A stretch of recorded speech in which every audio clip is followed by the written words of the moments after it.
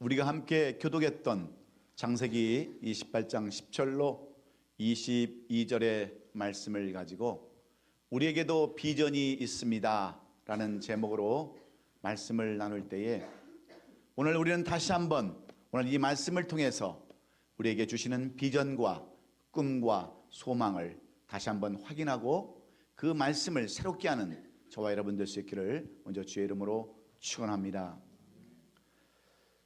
우리가 이 미국 개신교에서 가장 부흥하고 발전하고 있는 교단을 말하라고 한다면 우리는 남침례 교단을 이야기할 수 있습니다. 우리가 이 미국 교회사를 공부하다 보면 미국의 교회는 동서로 나누어져 있는 것이 아니라 남북으로 이렇게 나누어져 있는 것을 살펴볼 수 있습니다. 미국의 역사는 항상 동에서 서로 움직여 왔습니다. 동과 서로 구분되어서 동쪽은 동쪽대로 서쪽은 서쪽대로 각자 고유한 그런 문화를 형성하면서 미국은 그렇게 발전해 왔는데 왜 기독교만큼은 남북으로 이렇게 분리되어 있을까요? 많은 학자들은 그것이 바로 남북전쟁의 영향을 받아서 그렇게 남과 북으로 갈려졌다라고 이야기하고 있습니다. 그래서 장로교도 북장로교와 남장로교로 이렇게 나누어져 있습니다. 침례교회도 북침례교회와 남침례교회로 이렇게 구분되어져 있는데 왜 남침례교회가 그렇게 개신교 가운데서 가장 부흥하는 교회로 성장하는 교회로 그들이 그렇게 많은 사람들이 인정하는 교단이 되었는가? 거기에는 중요한 이유가 있습니다.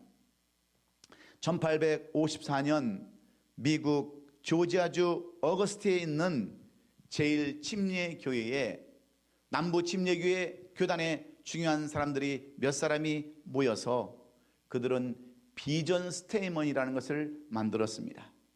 앞으로 우리 남침례교단은 새로운 비전을 갖고 꿈을 갖는다. 절대로 정치에 관여하지 않는다. 그리고 절대로 싸우지 아니하고 오직 선교에 목표를 둔다고 하는 그들만의 비전 스테이먼을 만들었습니다.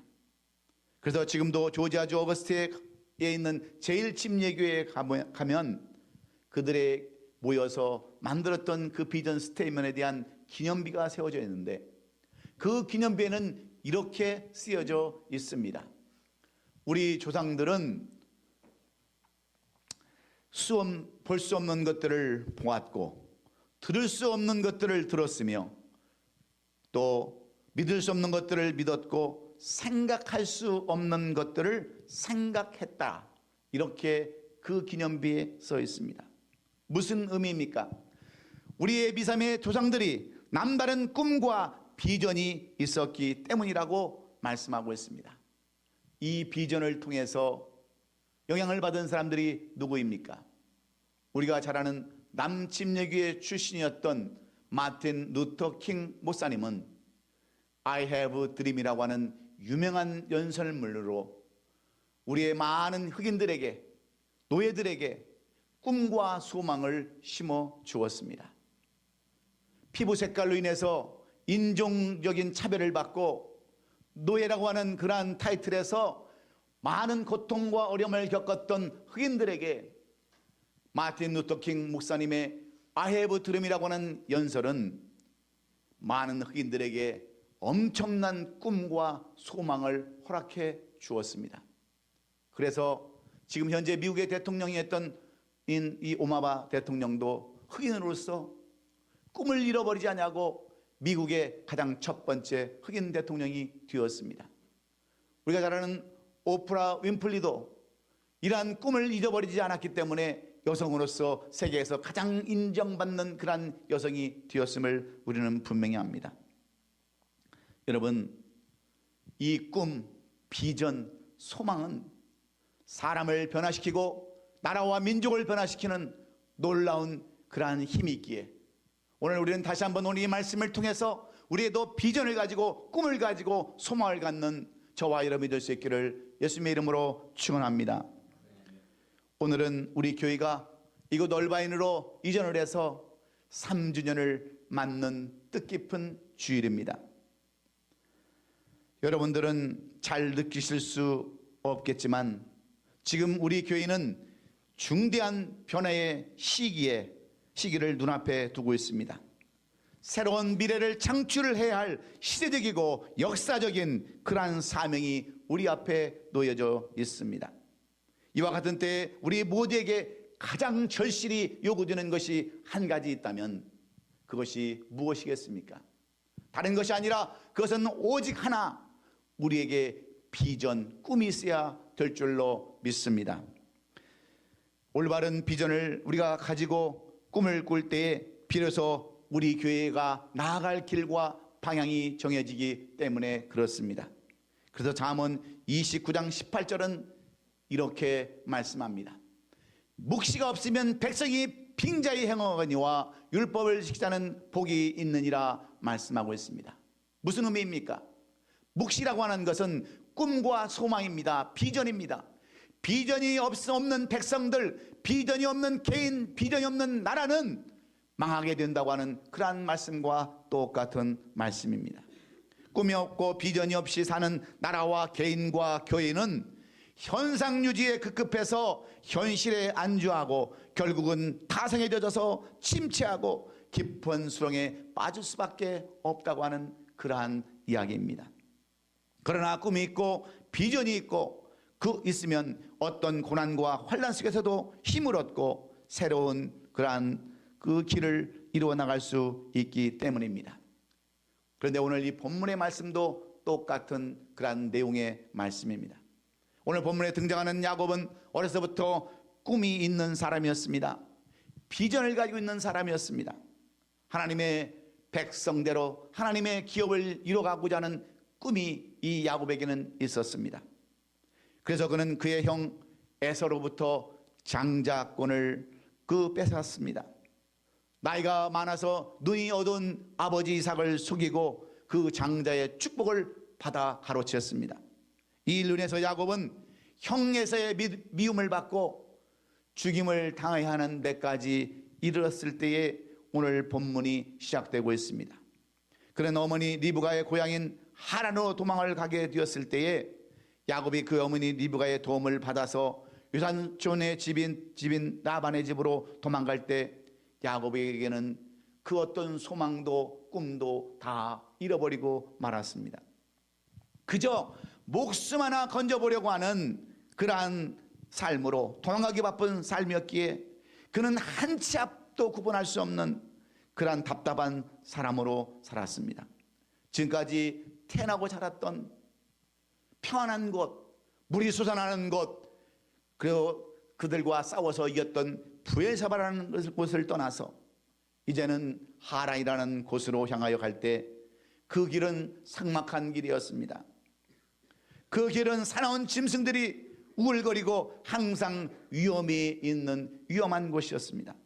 힘들고 지쳐 도망가는 그러한 삶을 살아갈 때 날이 어두워지자 야곱은 길에서 노숙을 하려고 옆에 있는 돌을 하나 가져다가 그 돌을 베개 삼아 잠을 청합니다.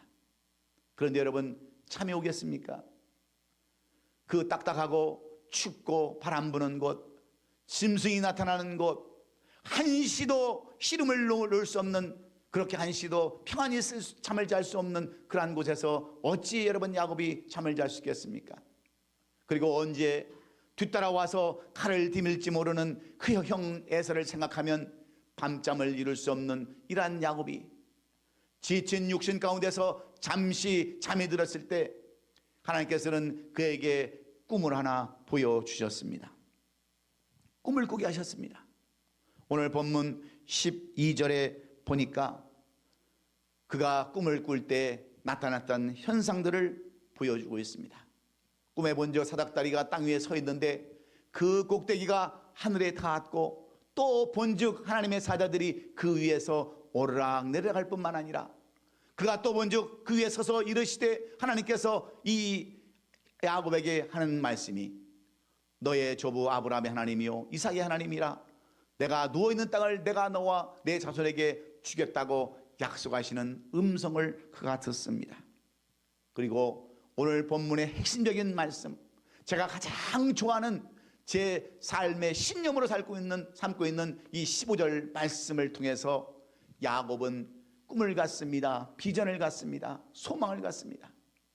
내가 너와 함께 있어 내가 어디로 가든지 너를 지키며 너를 이끌어 이 땅으로 돌아가게 할지라 내가 내게 허락한 것을 다 이루기까지 너를 떠나지 아니하신지라. 이 말씀을 통해서 야곱은 거듭납니다. 소망을 갖습니다. 위로를 받습니다. 큰 비전을 갖습니다. 그리고 16절로부터 22절까지 말씀이 변화된 그런 삶 가운데서 앞으로 나는 이렇게 살겠습니다라고 서원하는 내용이 오늘 우리가 함께 교독했던 16절로 22절까지의 내용들입니다. 아무런 소망도 없이 꿈도 없이 비전도 없이 그저 도망하기에 바빴던 이 야곱을 하나님께서는 찾아가 주셔서 내가 너와 함께 있겠다. 내가 너를 지켜주겠다.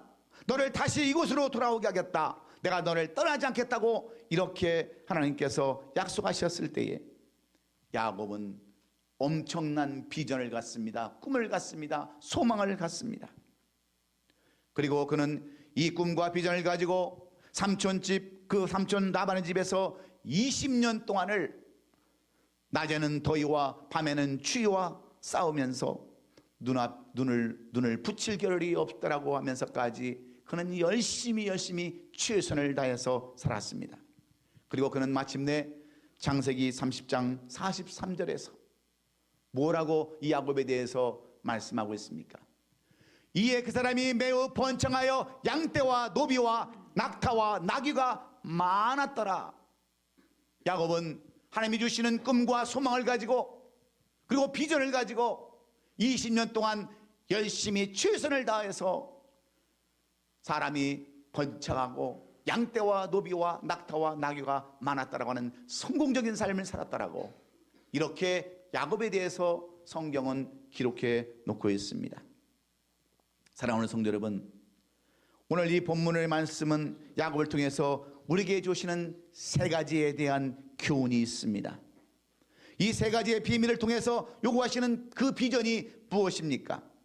오늘 우리는 그 주시는 교훈의 말씀을 깨닫고 야곱이 그 비전을 가졌던 그 똑같은 비전을 우리도 가져서 우리의 모든 문제를 해결받고 주님이 인도하심에 따라서 우리가 나아갈 길을 나가는 우리 성도들이 될 수 있기를 예수님의 이름으로 축원합니다.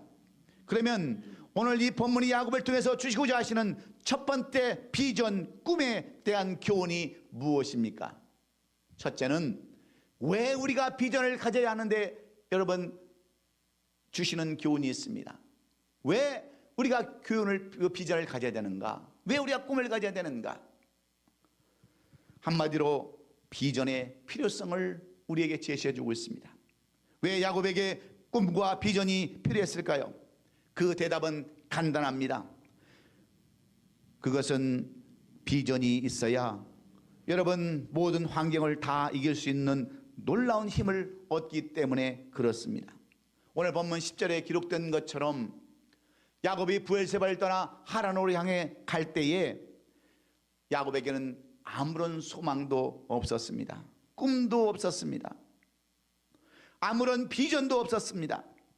한 번도 가본 적이 없는 어머니의 고향, 언제 돌아올지도 모르는 그러한 기약도 없는 보장도 없는 마치 버림받은 고아처럼 그러한 삶을 살아가야 하는 이 야곱에게는 남아있는 것이라고는 후회와 절망밖에 없었을 겁니다. 내가 괜히 형의 장자권을 빼앗고 아버지를 속여서 내가 이렇게 고생하는구나, 내가 이렇게 힘든 삶을 사는구나, 얼마나 그가 후회하면서 그 광야에 누워서 돌베개를 베고 얼마나 그가 절망 가운데 있었겠습니까? 그런데 야곱은 꿈속에서나마 하나님의 임재를 발견하고 하나님의 음성을 들음으로 말미암아 그가 가지지 못했던 꿈을 갖습니다. 소망을 갖습니다. 비전을 갖게 됩니다. 그래서 16절에서 무엇라고 그가 고백하는 줄 아십니까?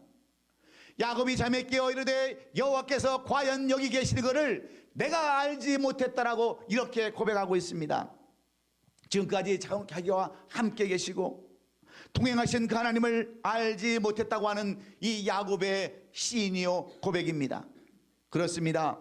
우리가 하나님의 음성을 듣지 못하고 하나님을 체험하지 못하면 우리는 하나님의 임재를 알 수 없습니다.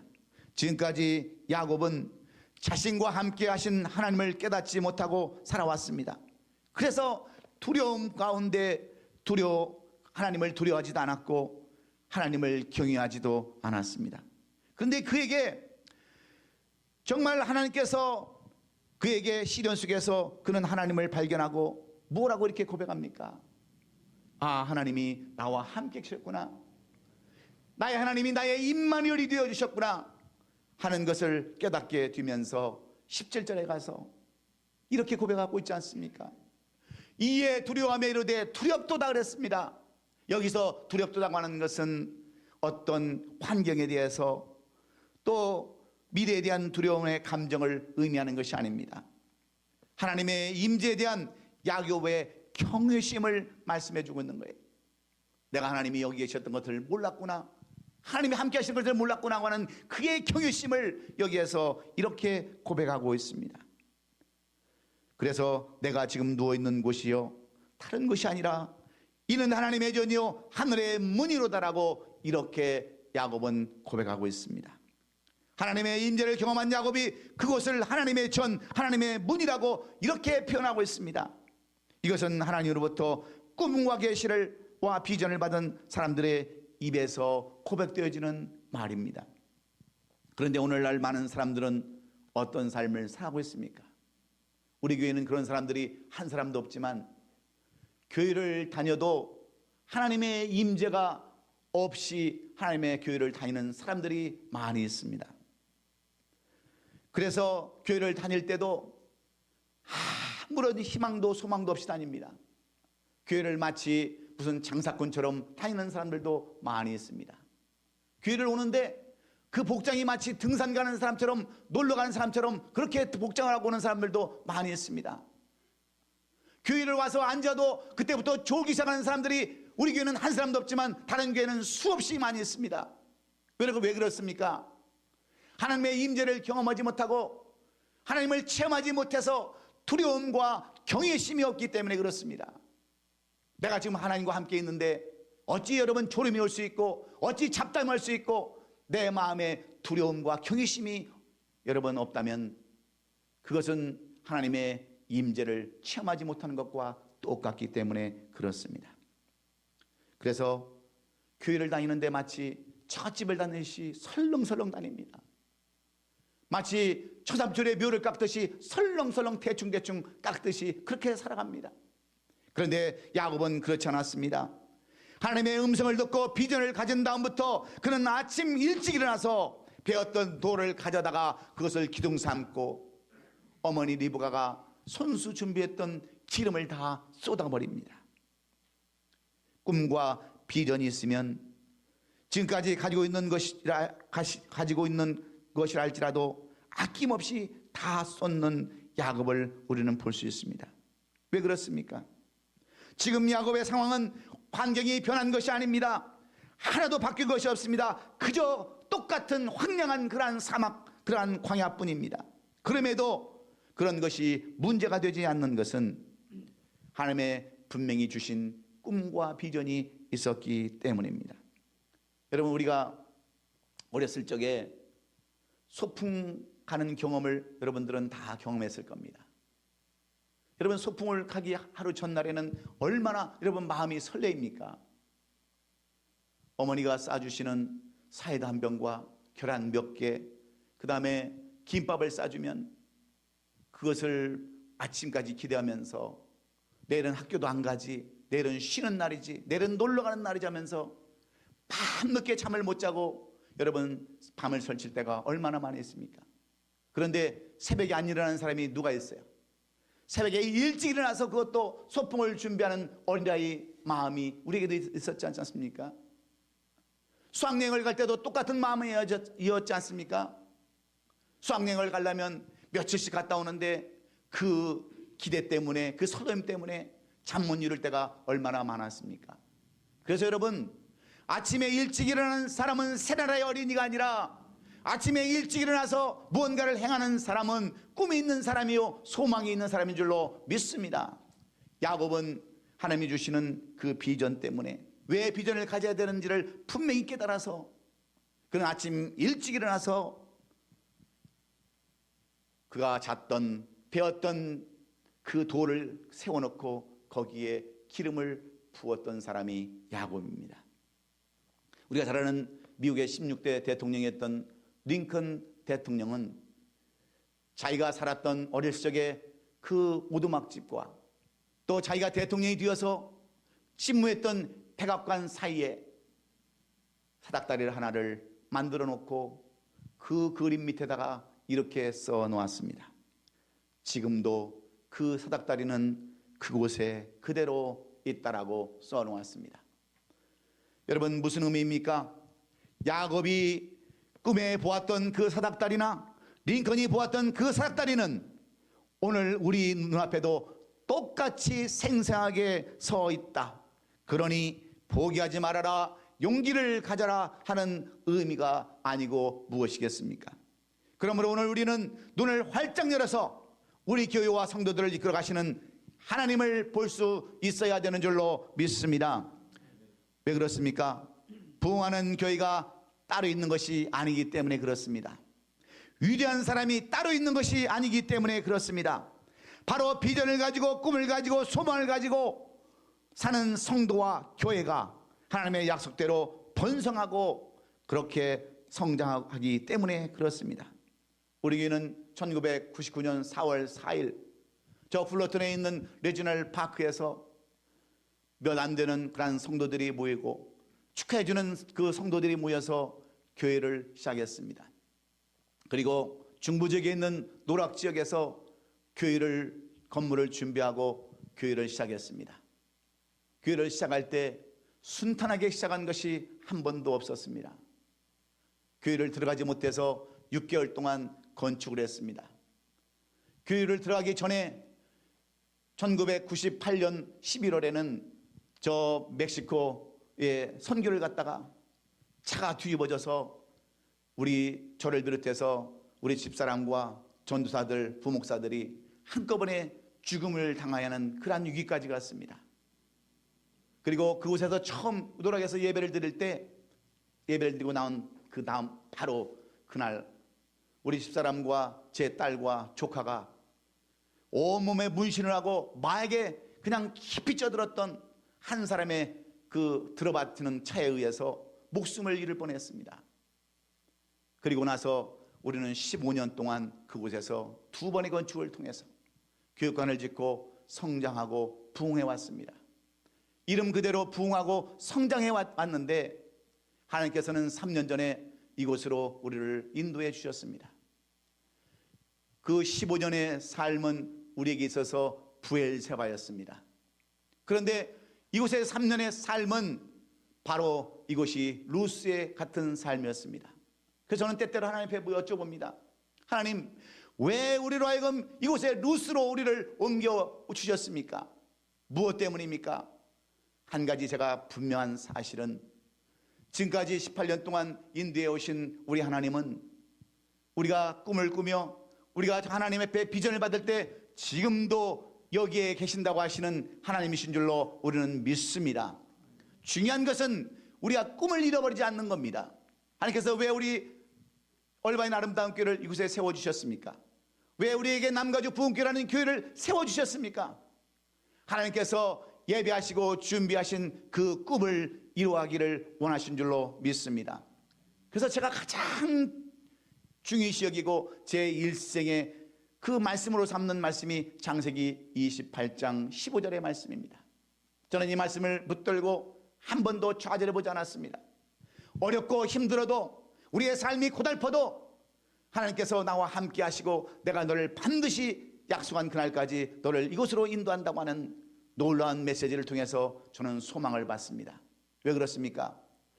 우리에게 비전을 가져야 하는 중요한 이유가 있기 때문에 그렇습니다. 우리는 하나님의 뜻을 알 수 없지만 하나님은 우리를 알지 못하는 곳으로 인도하시고 하나님께서 주시는 비전을 이루게 하신다는 것을 우리가 안다고 한다면 오늘 여러분도 다시 한번 그 꿈을 갖고 소망을 갖고 다시 한번 우리가 비전을 왜 가져야 되는지를 깨달아서 오늘 다시 한번 비전을 회복하고 다시 한번 비전 가운데 나가는 저와 여러분 될 수 있기를 주의 이름으로 축원합니다. 두 번째로 우리에게 주시는 이 꿈과 비전을 통해서 주시는 교훈은 어떻게 이 비전을 확신할 수 있는가? 다시 얘기하면 어떻게 하면 이 비전을 우리가 확실히 붙들 수 있는가 하는 것입니다. 여러분, 그 대답도 간단합니다.